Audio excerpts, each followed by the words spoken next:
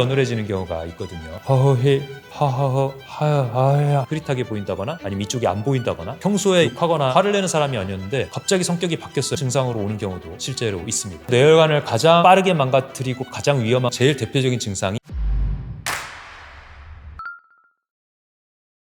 요즘 시대에 혈관이 점점 더 나빠지다 보니까 혈관 나이가 점점 더 빨리 나빠진다 이런 의미가 아닐까 싶거든요. 그러니까 요즘에 식생활처럼 생활을 해서는 심혈관 뇌혈관 질환이 더 빨리 올 수밖에 없는 거고 고혈압도 빨리 오고 당뇨도 빨리 오고 있으니까요. 그러면 그만큼 합병증도 빨리 오는 거고 많이 올 수밖에 없는 겁니다. 그런 면에서 봤을 때는 우리의 혈관 상태가 예전에 비해서 빨리 나빠지고 있다. 그거는 사실인 것 같습니다. 뇌졸중은 우리가 뇌출혈이랑 뇌경색을 합쳐서 부르는 말인데 뇌출혈 같은 경우는 혈압이 높을 때 훨씬 많이 발생을 합니다. 예전에 혈압을 잘 조절하지 않던 10년, 30년 전에는 뇌출혈과 뇌경색이 거의 반반으로 왔었어요. 근데 요즘은 뇌경색이 훨씬 많습니다. 혈압을 조절을 하기 때문에 뇌출혈이 줄어든 거죠. 고혈압이 있을 때에 뇌경색이 더 늘어나는 거는 맞는데 혈압이 조절이 될 때에도 혈관 상태는 나빠져 있다면 뇌졸중은 언제든지 생길 수 있는 겁니다. 또 한 가지는 생활 습관에서 운동을 많이 안 한다든지 의자에 오래 앉아있는 습관이 있다든지 이렇게 해가지고 다리에서 혈전 같은 게 많이 생기거나 제일 중요한 거는 심부정맥이 있거든요. 부정맥 중에서 가장 흔한 게 심방세동인데 이 심장 안에서 혈전이 굉장히 잘 생기게 됩니다.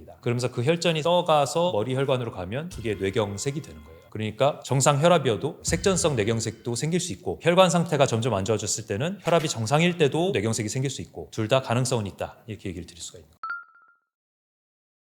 뇌졸중 중에서 뇌경색 같은 경우는 뇌의 일부 부분이 괴사가 오는 거기 때문에 통증은 거의 못 느낍니다. 우리 뇌 조직은 통증 수용기가 없어요. 뇌 바깥에 있는 막 이런 데에 통증 수용기가 있는 거기 때문에 혈관에도 통증 수용기가 있고 뇌 바깥에 있는 막에도 수용기가 있습니다. 그러니까는 뭔가 출혈이 생겨가지고 거기를 자극을 하거나 혈관이 찢어지면서 그쪽에서 피가 차면서 그 주위에 염증 반응이 오거나 이랬을 때는 통증이 나타나는데 그래서 뇌졸중 중에서도 지주막하 출혈이나 이러면 번개가 친 것 같은 엄청난 통증을 느낀다고 하죠. 머리 안을 누가 망치로 때린 것 같은 표현을 얘기도 하고 이런 정도의 엄청난 통증이 나타나는 이유가 혈관에 통증 수용기가 있어서 그렇습니다. 근데 뇌경색은 사실 통증으로 오는 경우는 거의 없어요. 하지만 바깥의 근육들에도 통증의 수용기가 있죠. 그래서 두통 중에서 근육통으로 오시는 경우는 있을 수가 있습니다. 그렇게 해서 2차적인 두통은 있을 수 있는데 뇌경색 자체에 의한 통증은 거의 없습니다. 뇌경색은 제일 대표적인 증상이 반신마비가 가장 흔한 증상이거든요. 78%에서 80% 정도가 반신마비가 옵니다. 뇌경색이 왔을 때. 그래서 한쪽 팔이 안 움직이거나 다리가 안 움직여가지고 자꾸 넘어지거나 이런 게 가장 대표적인 증상이고요. 두 번째는 안면마비. 한쪽 얼굴이 안 움직이거나 입술이 한쪽이 안 움직여가지고 침이 흐르거나 혀가 한쪽으로 안 움직이거나 이런 게 대표적인 안면마비 증상이고요. 그 다음에는 말이 어눌해지는 경우가 있거든요. 이렇게 표현을 하는 거죠. 허허히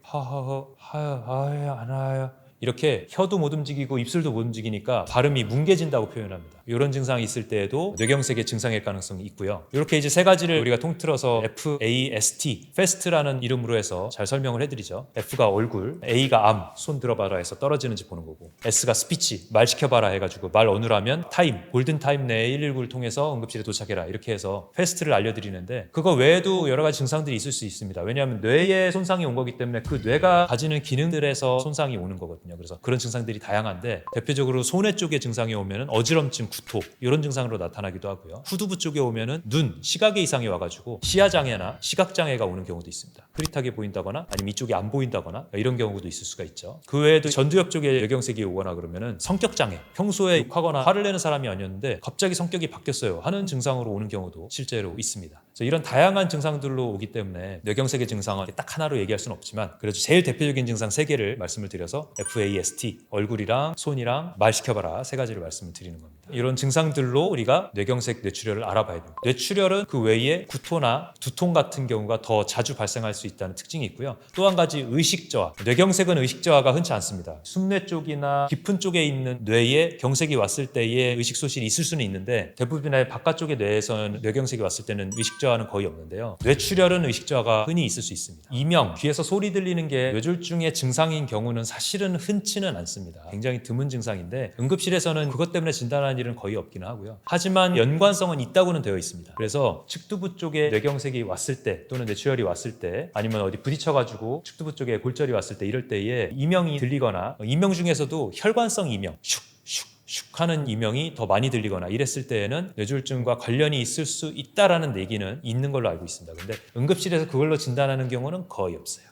생겼다가 없어진다고 뇌졸중이고 생겨서 계속 가면 뇌졸중이 아니고 이거는 굉장히 위험한 생각입니다. 우리가 이명이나 어지럼증 때 귀에 의한 어지럼증이 가장 흔하거든요. 갑자기 막 빙빙 돌면서 어지럽거나 막 구토하거나 뇌가 도는 것 같다거나 배멀미하는 것 같다거나 이런 표현하는 심한 어지럼증이 있습니다. 그게 70% 정도가 말초성 현운이라 그래가지고 귀에 있는 전정기관에 이상이 있거나 귀에 세방고리관에 염증이 생겼거나 귀에 있는 세방고리관에 있는 이석에 문제가 생겨가지고 바깥쪽으로 빠져나와 있거나 이랬을 때 생기는 증상을 메니에르 질환, 말초성 현운이라고 얘기를 하거든요. 이런 거는 사실은 응급상황은 아닙니다. 증상만 엄청 힘들지 2, 3일 지나면은 좋아지는 게 대부분이고요. 안 좋아지더라도 이석 교정술을 한다든지 이렇게 해서 호전을 시키게 되고 약물 치료를 하게 됩니다. 요거는 급격하게 뭔가 혈관을 뚫어주거나 뇌혈관 질환과는 다른 건데요. 하지만 20% 정도에서는 그 어지럼증의 원인이 뇌혈관 질환인 경우가 있기 때문에 그래서 어지럼증을 심각하게 보는 겁니다. 그리고 나머지 10% 정도는 심장 원인, 부정맥도 어지럼증을 일으킬 수 있잖아요. 그렇기 때문에 그런 경우에는 우리가 검사를 다양하게 할 수밖에 없는 겁니다. 일단 제가 활용하는 루틴들을 먼저 말씀을 드릴게요. 일단 제일 먼저 자다가 일어났을 때에는 몸이 전체적으로 탈수가 되어 있는 경우가 많습니다. 그래서 소변 보면 씨누렇게 나오죠. 이게 탈수가 되어 있는 환경인데 우리 몸이 평소에 탈수가 되지 않도록 만드는 게 굉장히 중요합니다. 왜냐하면 탈수가 됐다는 것은 몸에서 물이 많이 빠져나갔다는 얘기고 그 얘기는 혈장이 부족해서 혈관이 점점 좁아진다는 얘기이기도 하죠. 이 얘기는 혈관 질환의 가능성이 높아진다는 얘기이기도 합니다. 그래서 물을 충분히 보충을 해줘야 되고 특히 아침에 보충을 해주는 게 중요합니다. 그래서 아침에 큰 잔으로 저는 한 잔 마시고 비타민C 복용하면서 반잔 정도 더 마시거든요. 그러면 제가 마시는 양이 한 400에서 500cc 가까이 될 거예요. 그걸 일부러 아침에 마십니다. 그러면서 비타민C는 항산화 물질로서도 중요하지만 질병 예방으로서도 중요하고 대사질환 예방으로서도 너무 중요하기 때문에 비타민C를 저는 하루에 아침에 4알을 먹고 나오거든요. 그리고 저녁에 집에 가서 4g 정도를 또 먹습니다. 이렇게 해서 8g 정도를 먹고 있는데 이런 식으로 비타민C 먹는 거. 요거는 뭐 혈관 질환으로서도 영향을 주기도 하지만 다른 여러 가지 질환과도 관련이 있기 때문에 비타민C 충분히 복용하는 거 추천을 드리고요. 그 다음으로는 저는 아침 식사를 가능한 한 안 합니다. 하면은 바나나 하나 정도만 먹고 가능한 한 안 하는데 왜 그러냐면 간헐적 단식의 개념을 활용을 하는 거거든요. 그래서 저녁 일찍 먹고 다음날 아침 안 먹고 점심 때 밥 먹으면 거의 16시간 공복을 유지를 할 수가 있죠. 이렇게 되면 우리 몸의 자가 포식 세포들을 활성화시킨다고 표현을 하는데요. 우리 몸의 세포들이 안 좋아진 상태를 그 세포들을 다 분해를 해서 다시 새로운 세포를 만드는데 활용을 한다는 개념입니다. 이런 오토파지 기능이 활성화될 수 있는 게 금식 기간을 최소한 12시간, 최대 16시간 정도를 가져야 더 길게는 24시간을 가지면 더 좋다고 되어 있는데 그런 자가포식 시간이 활성화된다고 되어 있기 때문에 아침 식사를 최대한 저는 건너뛰는 쪽으로 하고 있고요. 할 수 있다면 저녁 식사를 건너뛰는 게 더 좋은 걸로 되어 있는데 아무리 해도 저녁 식사 건너뛰기가 쉽지 않더라고요. 그 뒤로는 평소에 계속 물을 많이 마시려고 노력을 해서 하루에 1.5리터, 2리터 그 사이를 마시려고 노력을 하고요. 그 외에는 제가 점심 때 운동을 하는데요. 점심 식사를 하고 나서 저는 이제 5km 정도 달리기를 합니다. 오늘도 뛰었고요. 어제도 뛰었습니다. 느리게 뛰어도 상관없어요. 요즘 슬로우 러닝이라는 게 또 유행하지 않습니까? 너무 빨리 뛰어서 무리할 필요 없이 천천히 뛰어도 상관없으니까 러닝을 어느 정도 시간을 해주는 게 좋고요. 저는 30분 정도 뛰는데 그렇게 뛰면 우리 몸에 혈행 개선도 되는 효과가 있고 당이 빨리 올라가는 것도 막아주기 때문에 그런 효과를 누리기 위해서 점심때 운동을 활용을 하고 있습니다. 만약에 점심때 땀이 나는 게 너무 부담스럽다, 그래서 운동하기 어렵다 하시는 분은 땀 안 나는 운동 여러 가지 있지 않습니까? 빠르게 걷기 정도 아니면 계단 오르기 정도를 활용을 하셔서 땀 안 나는 정도로 활용하시면 됩니다. 땀 안 나야 되기 때문에 못한다라는 거 없습니다. 식사 후에는 10분 이내에 운동을 하십시오. 그게 혈당 피크를 막는 가장 좋은 방법입니다. 그리고 식사할 때는 천천히 드셔야 됩니다. 어떤 걸 먹는가도 중요하지만 천천히 먹는 거 너무너무 중요하거든요. 저는 이제 현미밥 중심으로 식사를 하고 채소를 많이 먹으려고 하고 가공식품 안 먹으려고 하고 이런 것들을 지키고 있으면서 동시에 식사를 천천히 합니다. 저는 한 45분에서 50분 정도 식사를 합니다. 천천히 식사를 하고 그 다음에 천천히 나가서 운동을 하고 돌아오거든요. 이런 활동이 중요하고요. 하지만 응급실에서는 그런 환경 지키기가 어렵죠. 응급실에서 근무할 때는 예외고 그 외의 시간에 그렇게 합니다. 응급실에서는 어쩔 수가 없습니다. 혈류 개선제라 그러면 되게 넓은 개념이거든요. 우리가 뭐 아스피린이라든지 플라빅스라든지 뭐 이런 약으로 쓰는 혈소판 응집 억제제 이런 것들도 혈류 개선제의 하나라고 볼 수도 있고, 이런 것들은 우리가 고위험군이나 뇌경색이나 심근경색을 앓았던 환자 아니면 협심증 환자에서 약물로 쓰는 약들이죠. 그렇기 때문에 이런 것들은 의사의 판단하에 쓰는 약들이고요. 그거 말고 진코민이라든지 이런 혈행 개선제들이 있습니다. 이런 것들은 말초혈관 개선제라 그래가지고 처방약으로도 쓰기도 하고요. 그 외에 건강기능식품으로서의 혈관 혈관 개선제는 사실은 큰 의미는 없는 경우가 많습니다. 이걸 뭐 메인으로 이걸 먹으니까 난 안심을 할 수 있어 이렇게 생각하는 거는 금물이고요. 어디까지나 보조제로서 활용을 한다라는 거를 생각을 하셔야 됩니다. 근데 그 외에 오메가3 같은 경우는 우리가 이제 어유에서 추출한 오메가3를 많이 활용을 하죠. 어유 말고 요즘에는 해초에서 추출한 오메가3도 나오던데 이런 것들은 어느 정도 면에서는 혈행 개선의 효과로서 활용을 하는 면이 있습니다. 도움이 된다고 알려져 있고요. 오메가3 같은 경우는 우리가 오메가6, 오메가 비율을 봤을 때 불포화 지방 중에서 오메가3 비율이 오메가6 비율에 비해서 1대2에서 1대4가 가장 좋다고 되어 있는데 우리가 일반적으로 먹는 식생활을 그대로 유지를 하면 1대20에서 심지어는 1대80까지 간다고 되어 있습니다. 오메가6 비율이 훨씬 올라가는 거죠. 이렇게 되면 우리 몸의 혈관의 염증의 반응이 훨씬 더 높아진다고 되어 있기 때문에 그 비율을 맞추기 위해서 우리가 오메가3를 일부러 약으로도 먹고 하는 경우가 있는데 근데 사실은 비용 대비 효과성까지 생각을 하면 저는 이거는 식생활을 바꾸는 게 훨씬 더 좋다라고 말씀을 드리고 있습니다. 그래서 현미 중심으로 식사를 하고 초록색 채소 중심으로 식사를 하고 거기다가 오메가3를 생각을 한다면 현미 외에 식물성 오메가3를 많이 섭취를 하면 제일 대표적인 두 가지 있거든요. 들깨랑 아마씨입니다. 그래서 들깨가 우리 주위에 많이 있으니까 들깨를 충분히 먹을 수 있으면 보충을 하는 게 좋고요. 그 다음에는 작은 어류, 생선류 중에서 멸치라든지 정어리라든지 꽁치라든지 이런 것들은 어류 중에서 해양 오염의 이슈를 좀 피하면서 우리 몸에 오메가3를 좀 보충할 수 있는 그런 요소이기 때문에 활용을 할 수가 있습니다. 뇌혈관을 가장 빠르게 망가뜨리고 가장 위험한 거는 제가 볼 때는 흡연을 꼽아야 될 것 같습니다. 담배가 혈관 질환에 아주 큰 영향을 미치거든요. 우리가 그냥 가볍게 이렇게 담배를 핀다고 생각을 하지만 그 안에는 7천여 종의 화합물질이 들어있는 그런 연기를 우리가 마시는 겁니다. 그 중에서 2천여 종 정도가 유해물질이고요. 그 중에서 수백여 종이 발암물질입니다. 발암물질이 한두 개가 아니라 수백 종입니다. 그래서 이 담배를 핀다는 거는 혈관을 아주 급격하게 나쁘게 하는데 그 중에 제일 큰 영향을 미치는 게 니코틴이죠.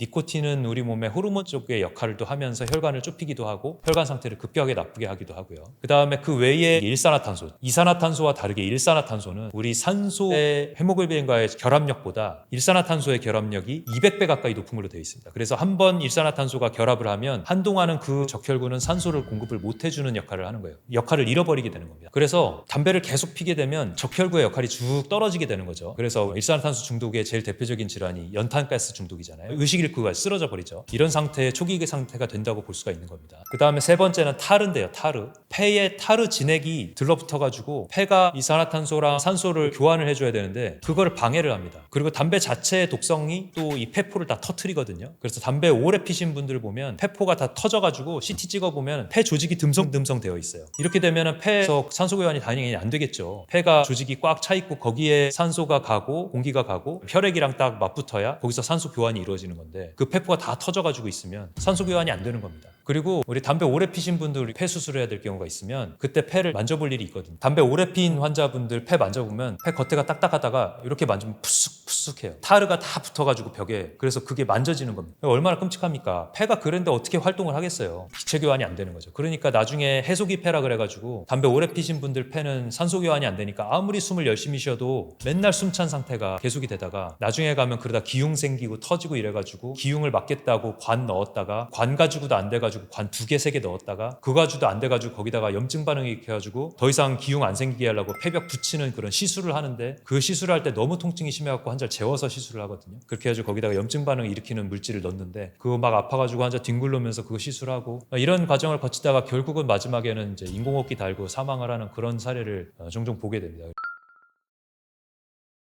혈관이 막혔다가 풀리는 뇌혈관 질환을 TIA, 일과성 허혈 발작이라고 합니다. 응급실에서 그런 사례를 몇 개월 전에 본 적이 있는데 50대 남성이 처음에 왔을 때는 한쪽 팔다리가 완전히 마비가 됐다고 왔는데 근데 한 30분 정도 검사를 하고 나서 신경외과에 시술을 해야 되겠다 연락을 했거든요. 뇌경색 추정으로. 그랬는데 다시 환자가 증상 이상해요. 그래서 가봤더니 팔다리가 잘 움직이는 겁니다. 풀렸어요. 그래서 시술 필요 없을 것 같다 다시 연락을 했죠. 근데 30분 있다가 다시 팔다리가 마비가 와가지고 결국은 시술 들어가서 시술로 혈관 뚫고 뇌경색을 진단을 해가지고 중환자실 입원한 사례가 있었습니다. 이렇게 있다가 없다가 있다가 하는 일은 흔치는 않은데 뇌경색이 왔었다가 풀려서 와가지고 응급실에서 검사를 해보니까 작은 뇌경색 흔적들이 있고 이런 경우는 흔히 있거든요. 이런 게 있으면 다시 뇌혈관 발작이 오거나 아니면 뇌경색이 올 확률이 대단히 높습니다. 통계로는 하루 만에 올 확률이 5% 정도 된다고 하고요. 이틀 만에 올 확률이 8% 정도 된다고 하고 일주일 만에 올 확률이 무려 10%나 된다고 하고 3개월 안에 다시 올 확률이 15%나 된다고 합니다. 그러니까 만약에 일과성 화열 발작이 왔다 그러면 무시하지 말고 입원을 해가지고 우리가 피를 붉게 하는 약물도 쓰고 하면서 재발 방지를 빨리 해야 되거든요. 그렇지 않으면 다음날 운 나쁘게 5% 정도는 뇌경색이 와버리는 경우가 생길 수가 있는 거죠. 근데 이 통계는 조금 작게 잡은 것 같고 저희가 봤을 때는 그거보다는 좀 많을 걸로 추정합니다. 왜냐하면 검사를 해봤을 때 아무것도 없는 걸 일과성 화열 발작이라고 하는데 그 중에서 일부는 뇌경색 흔적들이 많이 보이거든요. 그런 걸 감안을 하면 일과성 화열 발작이 있을 때는 그거보다는 좀 더 중하게 적극적으로 치료를 해야 되지 않나 그런 생각을 하고 있습니다. 50대 여성만 얘기할 게 아니고요. 50대 남성도 마찬가지고 50대는 위험한 나이죠. 근데 30, 40대 여성에서는 혈관 질환이 잘 안 생기는데 왜 50대부터 많이 생기냐? 우리가 폐경이라고도 하고 완경이라고도 하지 않습니까? 여성의 몸에서 에스트로겐이 분비가 되어서 한 달마다 아기를 받을 준비를 하는 여성의 가임기가 보통 20대부터 45세에서 50세 사이에 가임기라고 하고 50대 넘어서나 조금 일찍 오면 40대에도 오기는 경우가 있죠. 이런 경우를 폐경기 또는 완경기라고 합니다. 이 시기를 기준으로 여성의 혈관 건강이 굉장히 많이 차이가 납니다. 어떻게 보면 자연의 섭리라고도 볼 수가 있는데 임신할 수 있을 때는 아기를 지키기 위해서 여성의 혈관도 지키기에 그렇게 만들어지지 않았을까 생각이 드는데요. 에스트로겐이 몸에서 나올 때에는 혈관이 빨리 망가지지 않습니다. 혈관 보호 효과가 있어요. 그러다가 50대 넘어서부터 완경기가 지나고 나면서부터 남성보다 더 빠르게 혈관이 악화되는 효과가 나타납니다. 그래서 이 시기에 여성들은 뇌혈관이 망가지지 않도록 주의를 해야 됩니다. 평소처럼 먹고 지내거나 고혈압 당뇨가 일찍 오신 여성분들이라면 이때에는 혈관이 더 빨리 망가질 수 있다는 걸 생각을 하셔야 되고요. 내 생활 습관을 교정을 미리부터 하실 생각을 하셔야 됩니다. 뇌경색, 뇌출혈은 언제든지 올 수가 있는 거고요. 특히 새벽에 더 잘 발생을 하지만 새벽이 아니라 저녁에도 올 수 있고 낮에도 올 수 있고 밤에도 올 수 있습니다. 제일 문제는 뭐냐면 낮에 오거나 저녁에 오거나 이렇게 왔을 때에는 그 환자의 증상을 우리가 본인도 알 수 있고 주위 사람들도 보면 알 수가 있기 때문에 그래서 응급실에 와서 응급처치를 받을 확률이 높아지는데 문제는 두통이 있는 것도 아니고 뇌경색 같은 경우는 그냥 증상이 티가 안 난단 말이죠. 그러면서 자면서 발생을 해버리면 아침에 깰 때까지 아무도 그 증상을 인지를 못합니다. 그래서 이게 골든타임이 지났는지 안 지났는지도 의사가 알 수도 없고 환자도 언제 생겼는지도 모르고 가족들도 모르는 상황이 벌어지는 거죠. 그래서 다행히 새벽 될 때 발생해가지고 아침에 발견된 거면 그나마 다행인데 잠들자마자 뇌경색이 생겼는데 골든타임 다 지나고 발견이 됐다. 그러면 뇌혈관 뚫을 시술을 하다가 그 혈관이 조직이 손상이 되어 있으니까 터질 수도 있지 않습니까? 뇌경색 상태에서 뇌출혈이 시술하다 생겨버리면 더 골치 아픈 상황이 생기거든요. 뇌출혈 치료도 할 수가 없고 뇌경색 치료도 할 수가 없는 겁니다. 피를 묽게 만들 수도 없고 피를 굳게 만들 수도 없는 거죠. 이런 문제가 생기기 때문에 골든타임 안에 와서 시술을 하는 게 굉장히 중요한데 자다가 발생한 뇌경색 같은 경우는 골든타임이 지났는지 안 지났는지를 판단하기가 굉장히 어렵습니다. 증상 발생 시간을 잠들기 전으로 잡는 이유가 그래서 그렇습니다. 뇌졸중은 여러 가지 후유증이 나타납니다. 제일 대표적으로 반신마비 나타나죠. 그래가지고 한쪽 팔다리 잘 못 쓰셔서 한쪽으로만 걸어 다니시거나 물론 이제 그것도 재활이 잘 됐을 때니까 걸어 다니시는 거고 그렇지 않으신 분은 아예 누워서 지내시는 분도 흔하고요. 요양병원에 가면 많이 만날 수가 있죠. 그렇지 않고 의식도 아예 없어지신 경우에는 아예 누워서 평생 지내셔야 되고 소변 대변 가족이 받아야 되는 그런 경우도 생길 수가 있고요. 그렇지 않고 말이 잘 안 나와가지고 대화가 잘 안 되시는 분, 귀가 손상이 돼서 잘 안 들리시는 분, 시력을 잃으시는 분, 한쪽만 잃으시는 분들이 많죠. 이런 경우들도 드물게 생길 수는 있습니다. 또 이제 어지러움증이 자주 발생하시는 분도 있고요. 삶에서 제일 문제가 되는 거는 반신마비가 제일 문제가 되거든요. 왜냐하면 뇌경색, 뇌출혈이 제일 많이 발생하는 연령과 성별이 50대, 60대 남성이 제일 많이 생기다 보니까 이분들이 열심히 경제를 책임져야 될 연세이시단 말이죠. 근데 이런 분들이 쓰러지셨어요. 그러면은 그분을 간병하기 위해서 자식이나 부인이 그 역할을 해야 돼요. 그러면은 돈 버는 사람도 없어졌는데 간병도 들어가 병원비도 들어가 가족의 경제가 다 엉망이 되는 겁니다. 이런 문제가 생기고 가족 중에 뇌졸중으로 쓰러진 사람 한 명이 생기면 전체가 풍비박산 나는 일이 생기는 거예요.